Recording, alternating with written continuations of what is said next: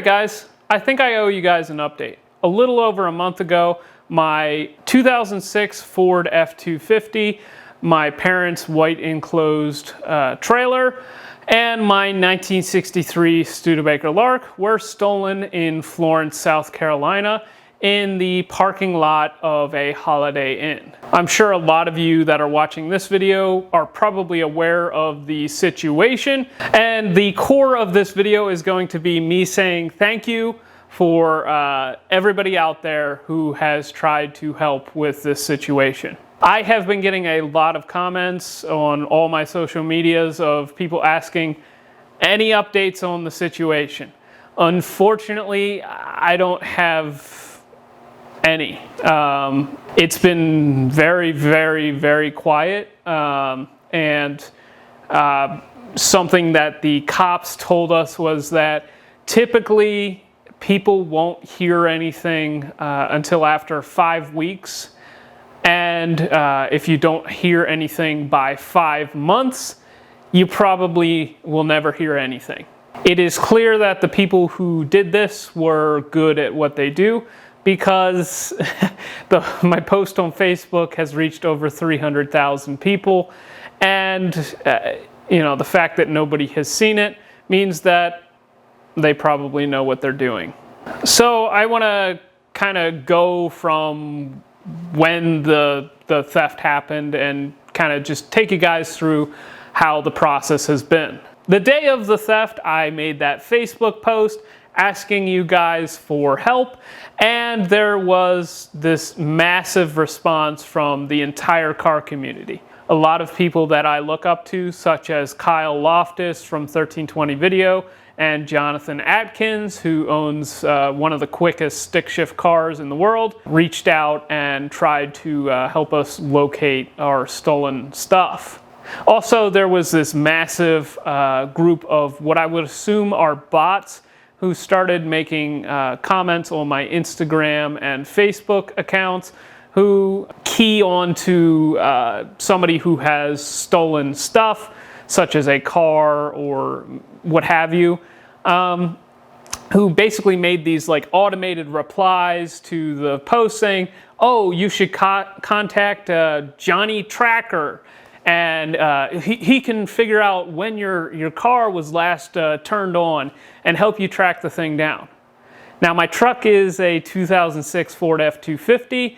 It does not have any OnStar or anything that connects to the web or anything like that.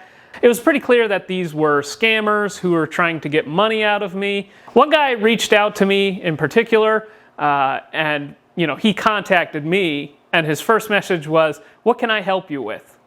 And I said, I don't know. You contacted me. Like, what do you mean? And it was pretty clear that this was like a bot style interaction. And basically, he tried to get money out of me to find my stolen stuff. And the only way for him to proceed was for me to give him money. He couldn't, locate the stolen goods and then have me pay later, which I would have been willing to do. And then there was another guy who was clearly just a deadbeat. So I actually talked to him quite a bit. And once again, he said that, oh, I can tell you what it is. Just give me $500. And then, his price gradually got lower and lower as I said, no, I'm not paying you until I have my stolen stuff back. I was very clear with the guy that, like, I will pay you when I get my stuff back. And he just, he was clearly just trying to make a quick buck. And it was kind of sad to see. These type of people, they're taking advantage of people when they're going through a crisis. And, I've never really been exposed to this level of just evil. I mean, these people, they're trying to take advantage of people who are going through a horrible situation, and they just want to make it worse. I mean, it's really a kick them while they're down type mentality, and it was kind of disgusting to deal with. But it didn't stop there. We got to deal with that on more of a corporate level when we started to deal with the insurance companies. And fortunately, I had theft insurance on my truck. Now, I have always been told that when you have insurance on your truck, it covers anything that is hooked up to it.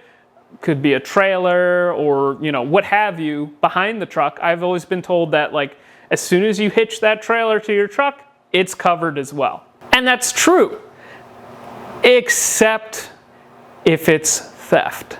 So that left out the trailer. My Studebaker was also insured, but it is literally the only car that I have insured on my policy that I don't have theft coverage on, because I figured nobody would be dumb enough to steal a car that is that unique. I never really considered the possibility that somebody would steal, a quarter of my net worth all in one shot.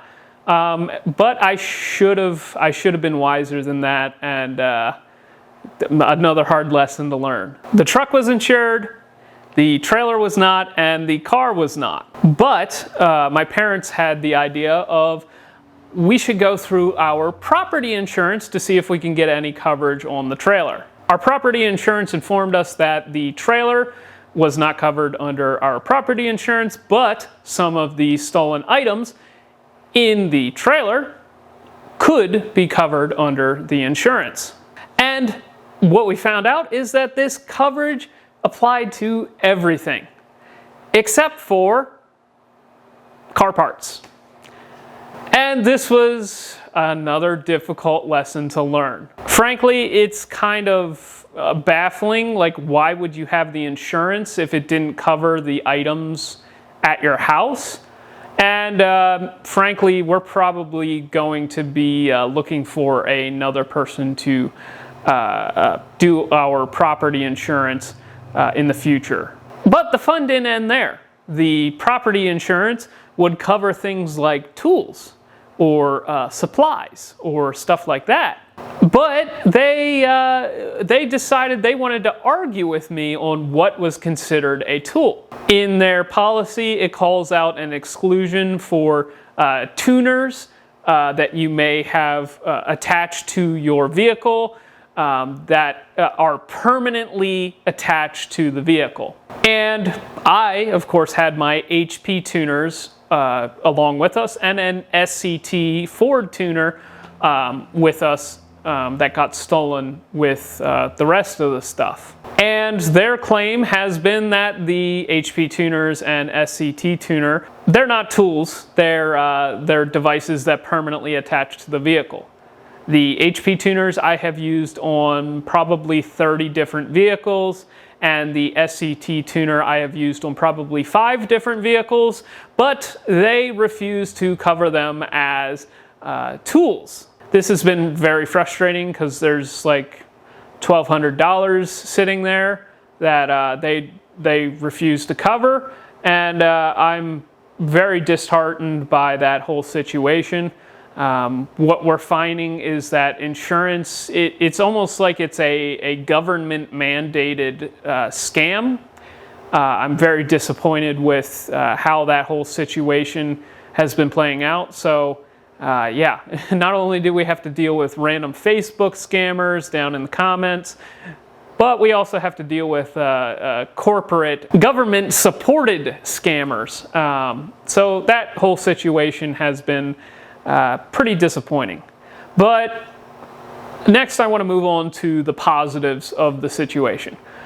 This has been a very challenging situation to deal with. It has put a lot of stress on my mom, dad, and myself, and frankly, I don't wish it on anybody.